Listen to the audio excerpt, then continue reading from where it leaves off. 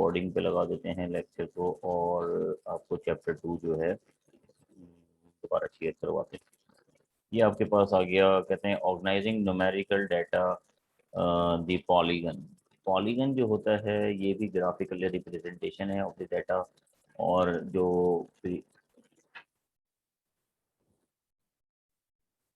Frequency polygon जो है वो बनता है इन बिटवीन क्यूमुलेटिव फ्रीक्वेंसी और अपर क्लास या लोअर क्लास बाउंड्रीज। तो आपके पास अपर क्लास बाउंड्रीज होती हैं और लोअर क्लास बाउंड्रीज होती हैं, और ये जो है क्यूमुलेटिव फ्रीक्वेंसी के दरमियान बनता है। क्यूमुलेटिव फ्रीक्वेंसी का कॉलम आपको मैं बताता हूँ अभी कैसे बनेगा। क्यूमुलेटिव फ्रीक्वेंसी का कॉलम बनाने के बाद हम जो है वो उसकी ओगिव बना सकते हैं, ठीक है। अच्छा, अब आप देखें आपके पास कहते हैं the organizing numerical data the polygon. A percentage polygon is formed by having the midpoint of each class represent the data in the class, and then connecting the sequence of midpoint at their respective class percentages. Class percentages में जो है वो इसको आप connect कर सकते हैं। The cumulative percentage polygon or OGIV display the variable of interest along the x-axis and the cumulative percentage along the y-axis। तो x-axis पे जो है वो आप जो है वो ले लेंगे वेरिएबल जो भी आपके पास होगा, और y-axis पे आप जो है वो परसेंटेजेस ले लेंगे। आप परसेंटेजेस ना लें तो कोई मसला नहीं, आप विदाउट परसेंटेज भी बना सकते हैं। तो अगर आप देखें तो कहते हैं कि जी इन अ परसेंटेज पॉलीगन, अच्छा ये polygon the vertical axis would be defined to show the percentage of observation per class. तो ऑब्जर्वेशन पर क्लास आपके पास मौजूद हैं, और आपके पास जो है वो यहाँ पे इन्होंने मिड पॉइंट लिए हुए। ये बेसिकली दिस इज नॉट ओगिव, ये पॉलीगन है बेसिकली। ओगिव जो है ये परसेंटेज ओगिव जो है ये वाला जो है ये ओगिव है, और ये जो इन्होंने बनाया ये फ्रीक्वेंसी पॉलीगन है। फ्रीक्वेंसी पॉलीगन बनता है मिड पॉइंट और फ्रीक्वेंसी के दरमियान। तो ये जो है इन्होंने मिड पॉइंट और फ्रीक्वेंसी के दरमियान फ्रीक्वेंसी पॉलीगन जो है वो बनाया हुआ है, और ओगिव जो है वो आपके पास नेक्स्ट पेज पे बनाया हुआ है। ये ओगिव है, ठीक है। और ये जो है वो आपके पास फ्रीक्वेंसी पॉलीगन है। फ्रीक्वेंसी पॉलीगन बनता है in between mid point and class frequency, ठीक है। तो आपके पास जो पहली वैल्यू है उसको इन्होंने 5 को 0 पे लिया हुआ है, फिर दूसरी वैल्यू अगर आप देखें तो 3 है, third value we have 6, fourth value we have 5, 4, 2 और 0। दोबारा इन्होंने 0 से मिलाया, अगर ना भी मिलाया तो कोई मसला नहीं, शेप आपको पता चल रही है। आपके पास मिड पॉइंट है एक्स एक्सिस पे, और आपके पास जो है वो वाई एक्सिस के ऊपर जो है वो फ्रीक्वेंसी ली हुई है। जो आपके पास ये कम्युलेटिव परसेंटेज पॉलीगन जिसको ओगिव कहते हैं, ये आपका कैसे बनेगा? ये बनता है जी इन बिटवीन लोअर बाउंड्री और आपके पास जो है वो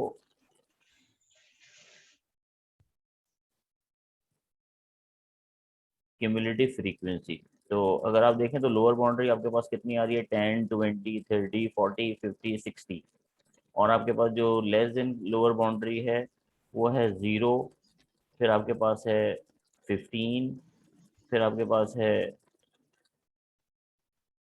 45 एंड सो ऑन।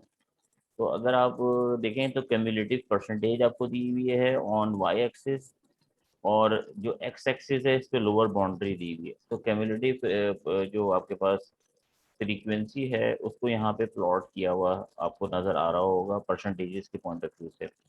तो 15 जो है इन बिटवीन आप देखें 20 और 0 के दरमियान पड़ेगा। 45 जो है आपके पास पड़ेगा 40 से अबव है। फिर 70 जो है 80 से लेस है, और 90 जो है वो तकरीबन, और फिर 100 पे जाके इन्होंने इसको मिला दिया क्यूमुलेटिव फ्रीक्वेंसी की जो आपके पास पॉलीगन बना हुआ है, ठीक है ना। तो फ्रीक्वेंसी पॉलीगन और फ्रीक्वेंसी जो आपके पास वैल्यूज हैं इस तरह से जो है वो आप इनको प्लॉट कर सकते हैं ऑन दी ओगिव। जो नेक्स्ट हमारे पास आप कह लेंगे टॉपिक है वो है मेजर ऑफ सेंट्रल टेंडेंसी, ठीक है ना। तो ये आपके पास फ्रीक्वेंसी डिस्ट्रीब्यूशन टेबल जो है वो आपके पास यहाँ तक हमने बना लिया। इसके 3 सिंपल स्टेप्स हैं, और 3 सिंपल स्टेप्स में आपको बताए थे कि पहले स्टेप में आपने रेंज निकालनी है, दूसरे स्टेप में जो है वो आपने दूसरे स्टेप में जो है वो आपने class number of classes select करनी है, और थर्ड स्टेप में जो है वो आपने क्लास विड्थ जो है वो फाइंड करनी है। ठीक है, तो अब जो है आप देखें आपके पास ये है chapter number 3 which is numerical descriptive measure. Numerical descriptive measure में आपके पास measure of center tendency, measure of dispersion, covariance और कोरिलेशन का टॉपिक आता है बेसिकली। तो ये सारे टॉपिक जो हैं वो चैप्टर नंबर 3 में जो है जी वो हसन के वहां पे पैंट का साइज थी तो समझ में आई थी ना, 30 में भी टाइट हो रही थी इसके, पहन के देखी थी ना इसने। हाँ हाँ, वो कॉटन टाइट हो रही थी, क्या था यहाँ पे भी इसके फंस रही थी ना, 32 ज्यादा लूज हो रही थी, वो ज्यादा लूज हो रही थी।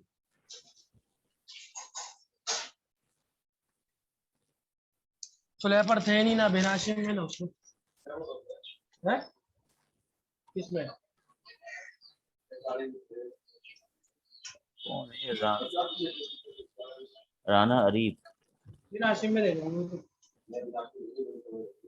राना अरीब, आपको आवाज आ रही है? अपना माइक म्यूट करें।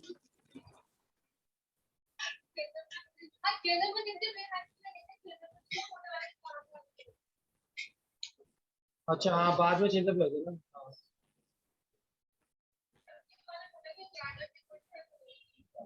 राना अरीब, आपको आवाज आ रही है मेरी? हेलो हेलो काट दे दूंगा। Hello hello. खाली ये जो है वो अपनी क्लास लॉगिन करके जो है वो अपने कामों में मगन मगन है, शायद उनको आवाज जा ही नहीं रही, ना सुन रहे हैं कि मैं क्या कर रहा हूँ, क्या पढ़ा रहा हूँ। तो नॉर्मल उनको कर इस चीज़ लीजिए। से फिक्र ही नहीं।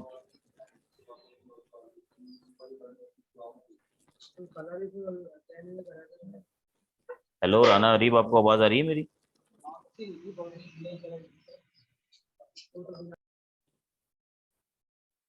चलें जी, इनको आवाज नहीं जा रही।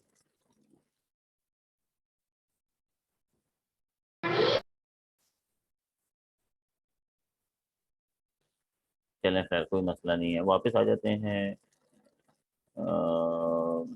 जो हम आपको बता रहे थे टॉपिक, उसके ऊपर चैप्टर नंबर 3 की हम बात कर रहे थे, मेजर ऑफ डिस्क्रिप्टिव मेजर। तो इसके अंदर अगर आप देखें तो पहली चीज़ जो आपके सामने मौजूद है वो है कि जी in this chapter you will learn to describe the properties of central tendency, variation and shape in numerical data.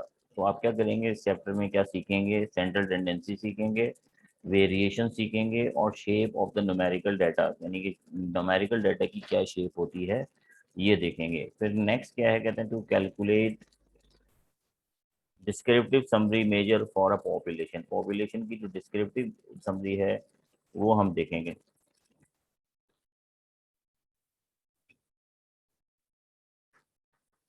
बस ये सेशन हमारे जो है वो एंड हो जाएगा, तो फिर हम जो है वो क्लास एंड कर देंगे। कोई खास बात? क्या वजह है इसकी पूछने की?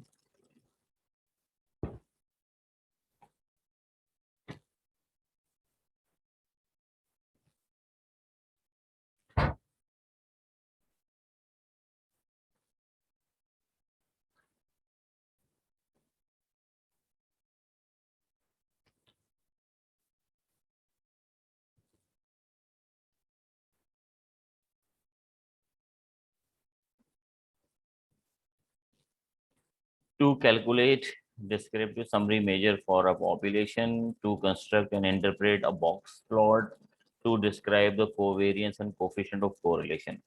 Coefficient and coefficient of correlation भी जो है वो आप यहाँ पे सीख सकते हैं। ठीक है, तो ये चीज़ें हैं आपके पास करने के लिए। कहते हैं to describe the covariance and coefficient of correlation. आगे आ जाते हैं, कहते हैं the central tendency is the extent to which all the data values group around a typical or central value. Central tendency किसको कहते हैं? जो जिसमें आपके पास जो सारा डाटा है वो एक ही वैल्यू के अराउंड होता है और उस वैल्यू को आप सेंट्रल वैल्यू कहते हैं। Basically that's why it's called central tendency. Central tendency average भी कहलाता है और सेंट्रल टेंडेंसी को आप मीन भी कह सकते हैं, ठीक है ना। तो हम कहते हैं कि जी वो वैल्यू जो कि पूरे डाटा को रिप्रेजेंट करती है वो सेंट्रल टेंडेंसी कहलाती है, ठीक है ना। एनी वैल्यू आप कह सकते हैं central value of the data which represent the whole data is called central tendency. तो ये जो है वो आपके पास सेंट्रल टेंडेंसी की डेफिनेशन है। फिर नेक्स्ट आपके पास है जी वेरिएशन। वेरिएशन क्या है? The variation is the amount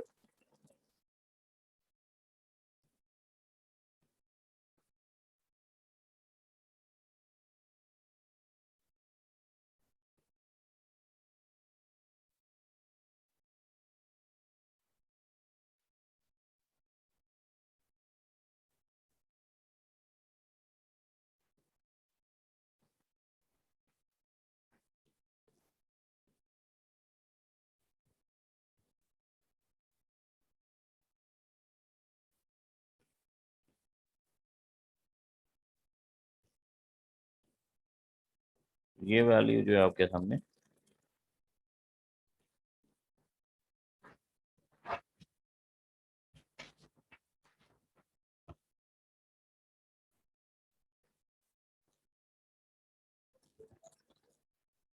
तो वेरिएशन जो है आपके पास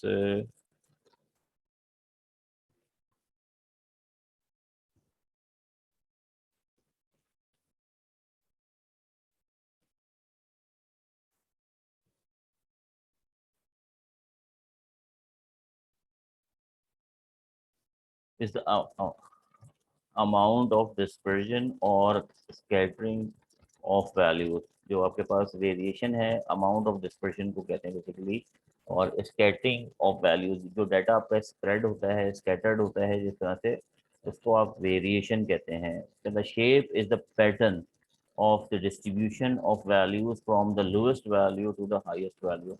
और शेप क्या होती है? वो आपको क्या बताती है? पैटर्न बताती है of the distribution of the values from the lowest value to the highest value. तो आप देखें आपके पास मेजर ऑफ सेंट्रल टेंडेंसी होती क्या है? The measure of central tendency the arithmetic mean. तो पहली वैल्यू होती है वो उसको कहते हैं आप अर्थमेटिक मीन, भी सेंट्रल टेंडेंसी का पार्ट है। The arithmetic mean is the most common measure of the central tendency. जो मोस्ट कॉमन मेजर है सेंट्रल टेंडेंसी का वो मीन कहलाता है। मीन कैसे कैलकुलेट करते हैं? For sample of size N, mean is calculated by sum of all observation divided by number of observation. Sum of all observation को अगर आप डिवाइड करते हैं नंबर ऑफ ऑब्जर्वेशन से तो वो मीन कहलाता है। जो आपके पास एन है वो सैंपल साइज है और ऊपर जो है वो ऑब्जर्व वैल्यू है जो कि आप सम करते हैं। फिर आपके पास मीन जो है वो डिफरेंट डाटा का डिफरेंट आता है। मिसाल के तौर पे आपके पास डाटा सेट 1 है जिसमें आप देखें आपके पास वैल्यूज हैं 1 2 3 4 5। जो आपको डॉट डॉट नजर आ रहे हैं ये 5 वैल्यूज हैं, और जो आपके पास दूसरे डॉट डॉट नजर आ रहे हैं इसमें भी आपके पास 4 वैल्यूज हैं और एक जो है वो आपके पास 10 लिखा हुआ है। तो मेजर ऑफ सेंट्रल टेंडेंसी जो है वो आपके पास एवरेज आ जाएगा 3, यानी कि 1 2 आप इन सबको ऐड करेंगे जमा करेंगे और 5 से डिवाइड कर देंगे क्योंकि नंबर ऑफ ऑब्जर्वेशन 5। और दूसरे डेटा में अगर आप देखें तो आप इनको सम करेंगे 5 वैल्यू को और 5 से ही डिवाइड करेंगे, लेकिन इसका मीन 3 आ रहा है और उसका मीन आपके पास 4 आ रहा है। इसका मीन 4 क्यों आ रहा है? क्योंकि इसमें एक वैल्यू है जो कि थोड़ी सी ज़्यादा वैल्यू है जो कि डाटा को रिप्रेजेंट नहीं कर रही, क्योंकि डाटा का फ्लो जो है 1 2 3 4 5 तक है और यहाँ पे डाटा का फ्लो जो है 1 2 3 4 एकदम से जो है वो वैल्यू 10 हो गई है। दैट्स वाई ये वैल्यू चेंज है प्रीवियस वैल्यू से, ठीक है। तो नेक्स्ट देखें कहते हैं measure sentence the median. Median आप कैसे कैलकुलेट करेंगे? In an order array the median is the middle number 50% above 50% below. Median is the middle value of the data, ठीक है। If the number of observation are odd, अगर number of observation odd हैं तो median जो है middle value of the data होती है, और अगर नंबर ऑफ ऑब्जर्वेशन इवन हैं तो वो आपके पास mean of two middle values होती है। Not affected by extreme values, अगर आपके डाटा में एक्सट्रीम वैल्यूज नहीं हैं तो आप मीन निकालेंगे, और अगर आपके डाटा में एक्सट्रीम वैल्यूज हैं तो फिर आप मीडियन कैलकुलेट करेंगे। तो मीडियन जो है वो इफेक्ट नहीं होता आपका जो आउटलायर है उससे। तो इस वजह से जो है वो आप मीडियन कैलकुलेट करेंगे। आप देखें मीडियन पहले डाटा का भी 4 आ रहा है, दूसरे डाटा का भी देखें तो 4 आ रहा है, दोनों में कोई फर्क नहीं है। इसकी वजह से आप मीडियन किसी का भी निकाल सकते हैं, उसमें आउटलायर मौजूद हो या ना हो। Major of standard tendency locating the median, median को लोकेट करने का क्या तरीका होता है, n+1/2, n+1/2th value. The median for an ordered set of data is located at the n+1/2th rank value. जो n+1/2th वैल्यू होती है वो मीडियन कहलाता है। If the number of values is odd, अगर नंबर ऑफ वैल्यूज ऑड है the median is the middle number. तो median क्या होगा, मिडिल नंबर होगा अगर नंबर ऑफ ऑब्जर्वेशन ऑड है। If the number of values is even, अगर number of values even है the median is the average of two middle value. अगर number of observation even है तो फिर आपको वैल्यू सेंटर में नहीं मिलेगी, सेंटर में नहीं मिलेगी तो आप क्या करेंगे, दो वैल्यूज को जमा करेंगे, उसको 2 से डिवाइड कर देंगे। ठीक है, तो आपसे क्या होगा, आपके पास मीन आ जाएगा।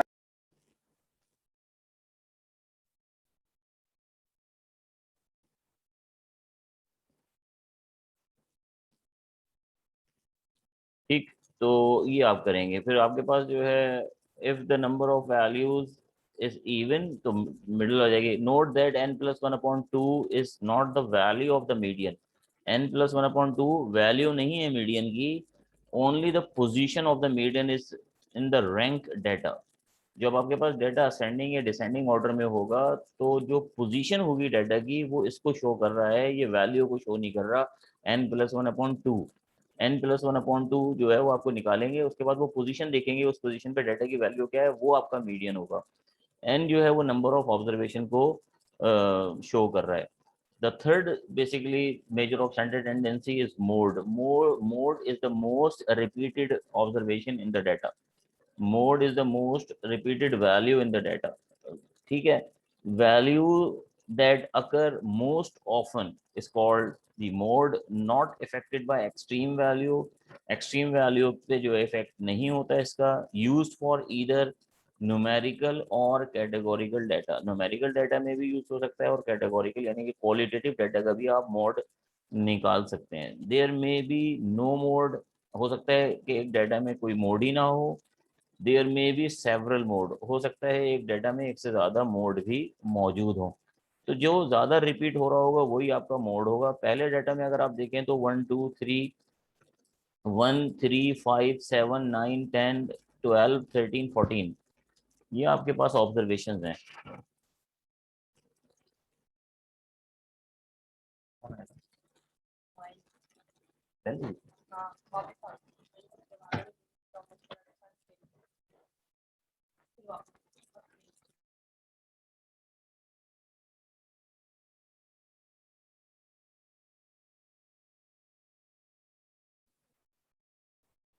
अच्छा, तो दूसरा डाटा अगर आप देखें तो उसमें आपके पास 0 1 2 3 5 6 है, इसमें कोई भी मोड नहीं है क्योंकि सारी वैल्यूज एक ही दफ़ा रिपीट हो रही हैं।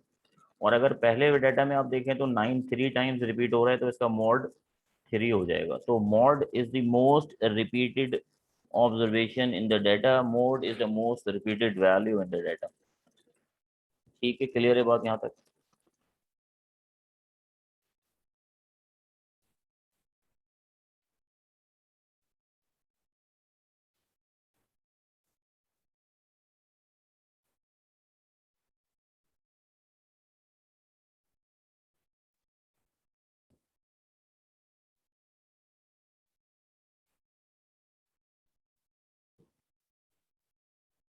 ओके, आगे बढ़ जाते हैं। आगे देखते हैं, कहते हैं measure of central tendency, review example. Sir practical work नहीं करेंगे? प्रैक्टिकल वर्क भी करेंगे, क्योंकि स्लाइड जो हैं वो अभी हमारे पास मौजूद थी, तो मैंने बोला पहले स्लाइड से हम चीज़ों को जो है वो ज़रा दिखा दें, फिर उसके बाद इसके क्वेश्चंस भी हम करेंगे यकीनन, बिल्कुल। क्योंकि अभी इसमें जो है वो आपके पास ग्रुप डाटा का तो है नहीं, तो जब ग्रुप डाटा का आएगा तो फिर हम इसका क्योंकि ये सारी बातें हम अनग्रुप डाटा की कर रहे हैं। जब आपके पास फ्रीक्वेंसी डिस्ट्रीब्यूशन टेबल नहीं बना होता तो डाटा अनग्रुप होता है। When you make the frequency distribution table your data will become group.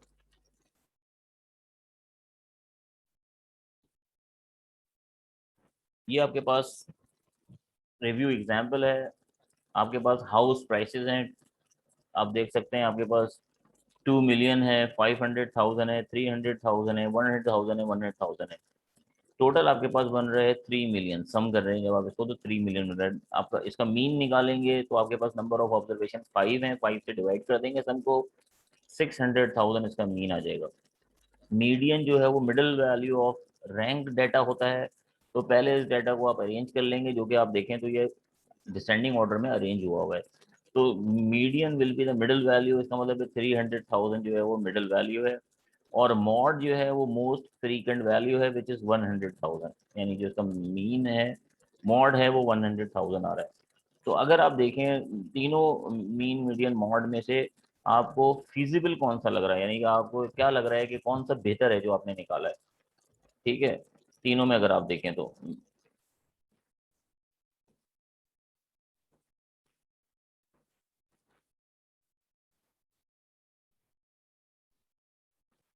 कौन सा आपको बेहतर लग रहा है, मीन, मीडियन या मॉड?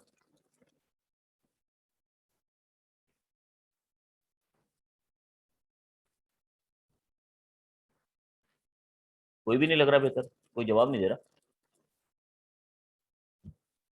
हेलो।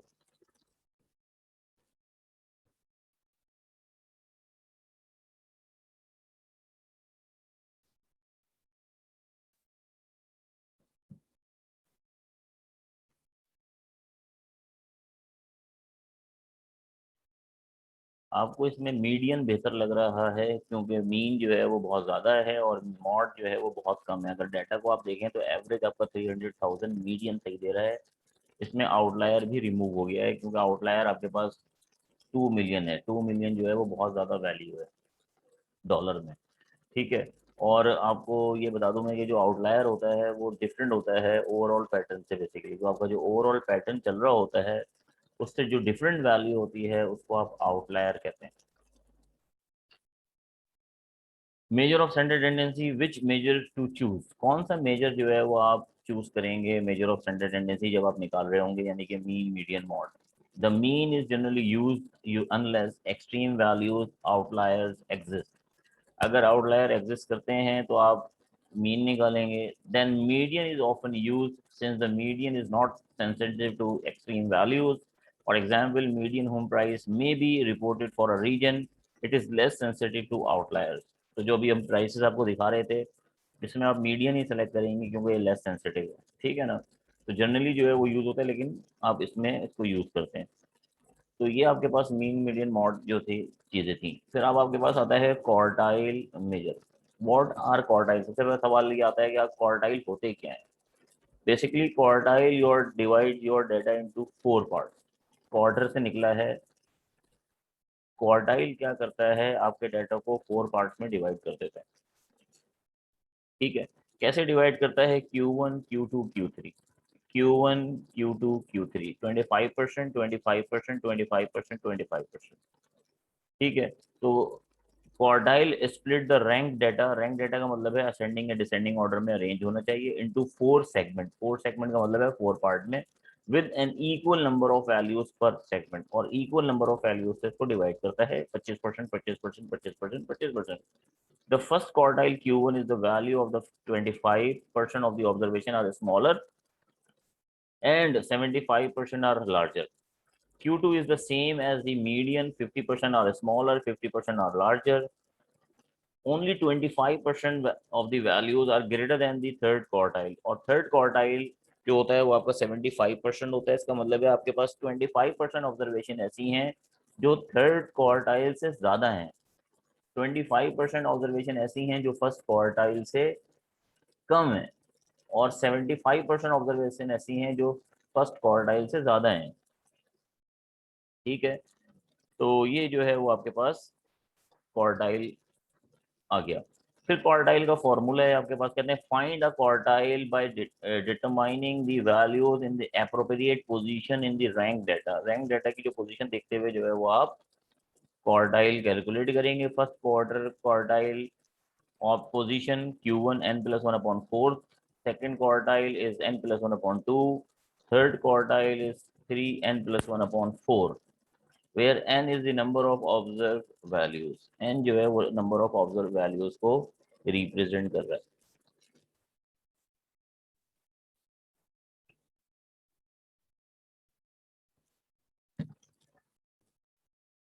आगे आ जाते हैं, क्वार्टाइल मेजर गाइडलाइन। अब गाइडलाइन इसकी क्या है आपके पास कि आप कैसे इसको कैलकुलेट करेंगे। Rule 1, if the result is a whole number, अगर रिजल्ट जो है वो होल नंबर पे है, then the quartile is equal to the rank value. Same value आ जाएगी अगर आपके पास होल नंबर में आ रहा है result. Rule 2, if the result in fraction half यानी 2.5 या 3.5 में आ रहा है, then the quartile is equal to the average of the corresponding rank value. जो भी रैंक वैल्यूज आ रही होंगी उसका एवरेज लेंगे आप, दोनों वैल्यूज को जमा करेंगे, 2 से डिवाइड कर देंगे, आपके पास आ जाएगा। Rule number 3, if the result is neither a whole number nor a fractional half, you round the result in to the nearest integer and select that rank value। आप उसको होल नंबर में convert भी कर सकते हैं और फिर उसी वैल्यू को जो है वो आप सेलेक्ट भी कर सकते हैं। नाउ अब आप देखें आपके पास ये क्वेश्चन है, प्रैक्टिकल क्वेश्चन है, और इसमें वो कहते हैं कि फाइंड द फर्स्ट क्वार्टाइल। पहला क्वार्टाइल जो है वो आप कैलकुलेट करें, लेकिन मैंने यहाँ पे तीनों क्वार्टाइल जो है वो कैलकुलेट करके यहाँ पे दिखाए हैं बेसिकली। फाइंड द क्वार्टाइल, ठीक है, तो यहाँ इसको करते हैं फाइंड द क्वार्टाइल्स। तो अगर आप देखें तो आपके पास डाटा है 11 12 13 16 16 17 18 21 22, ये आपके पास एक स्मॉल डाटा है। कहते हैं क्या करें, आप क्वार्टाइल निकालें इस डाटा का। फर्स्ट नोट दैट n की वैल्यू आपके पास कितनी है, 9 है। नंबर ऑफ ऑब्जर्वेशन कितनी है, 9। Q1 निकालने के लिए आप क्या करेंगे, n+1/4 वैल्यू करेंगे। तो आपके पास n की वैल्यू 9 है, +1 जो है वो आपके पास डिवाइडेड बाय 4 आ जाएगा। तो Q1 is in the 9+1/4 rank value, जो कि 2.5 बन रही है। 2.5 पॉइंट्स में आ रहा है, तो आप क्या करेंगे, of the rank data, so use the value half way between the second and third rank value. तो क्या करेंगे आप, सेकंड और थर्ड वैल्यू को जमा करेंगे, उसको 2 से डिवाइड कर देंगे। तो सेकंड वैल्यू आपके पास कितनी आ रही है, 12 आ रही है। थर्ड वैल्यू आपके पास कितनी आ रही है, 13 आ रही है। 12 को 13 में ऐड करेंगे और 2 से डिवाइड कर देंगे, विच इज 12.5। फिर आप Q2 is in the rank of n+1/2th value, 2th value is equal to 5। तो आप क्या करेंगे, 5 जो है वो आपके पास होल नंबर में है, तो आप फिफ्थ वैल्यू ले लेंगे। तो फिफ्थ वैल्यू आपके पास बनेगी, अगर आप डाटा में देखें तो 11 12 13 16 16 बनेगी आपके पास फिफ्थ वैल्यू। फिर क्वार्टाइल 3 जब आप निकालेंगे तो वो 3n+1/4 value, which is 30 divided by 4, which is 7.5 rank value. Q3 आपके पास आ जाएगा 18+21 डिवाइडेड बाई 2, विच इज 19.5। ठीक है, तो आपके पास Q1 भी आ गया, Q2 भी आ गया, Q3 भी आ गया। पोजीशन वैल्यू अलग होती है और डाटा की वैल्यू अलग होती है, बस ये आपने दिमाग में रखना है। Q1 and Q3 are measure of non central location. Q2 is equal to median, a measure of center tendency. जो Q2 होता है वो मीडियन के बराबर होता है, वो मेजर ऑफ सेंटर टेंडेंसी होता है। ठीक, अच्छा यहीं तक हम रखते हैं इसको अभी, और हम जो है वो नेक्स्ट क्लास में जो है वो हम इसको मज़ीद कंटिन्यू करेंगे। लेकिन मेरा सवाल आपसे ये है कि आप ये बताएं कि यहाँ तक आपको बात समझ में आ गई है, कोई सवाल तो नहीं है। लेकिन उन्होंने समरी भी दी हुई, अगर आप देखें, फिर उसके बाद मेजर ऑफ वेरिएशन।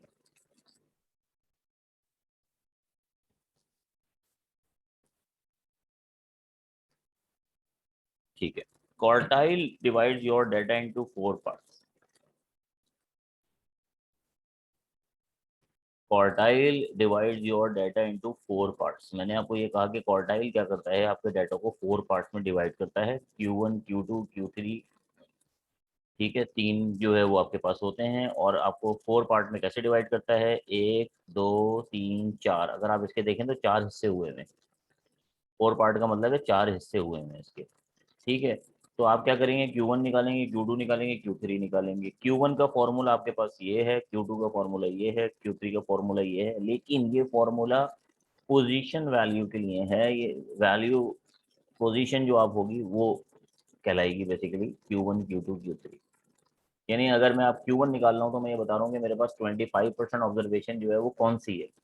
Q2 निकाल रहा हूँ तो मैं ये बता रहा हूँ मेरे पास 50% ऑब्जर्वेशन कौन सी है। अगर मैं Q3 निकाल रहा हूँ तो इसका मतलब मैं बता रहा हूँ कि मेरे पास 75% ऑब्जर्वेशन कौन सी है। तो मेरे पास Q1 Q2 Q3 तीनों क्वार्टाइल हैं, लेकिन तीनों क्वार्टाइल मुझे पोजीशन बता रहे हैं डाटा की 25%, 50% और 75%।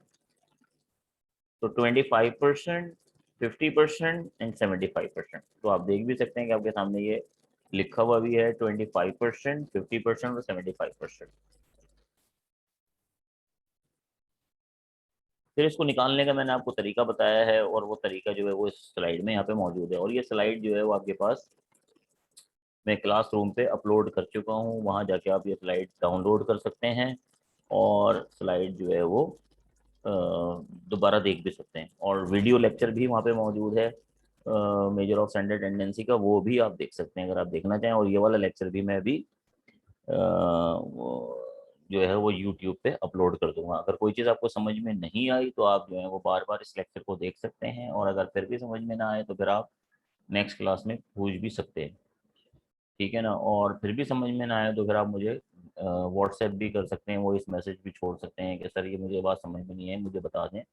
तो आई विल एक्सप्लेन, वहाँ पे भी मैं इस चीज़ को एक्सप्लेन करने के लिए तैयार हूँ। ठीक है ना, तो हम जो है हमारी जो class है, timing जो है, अभी,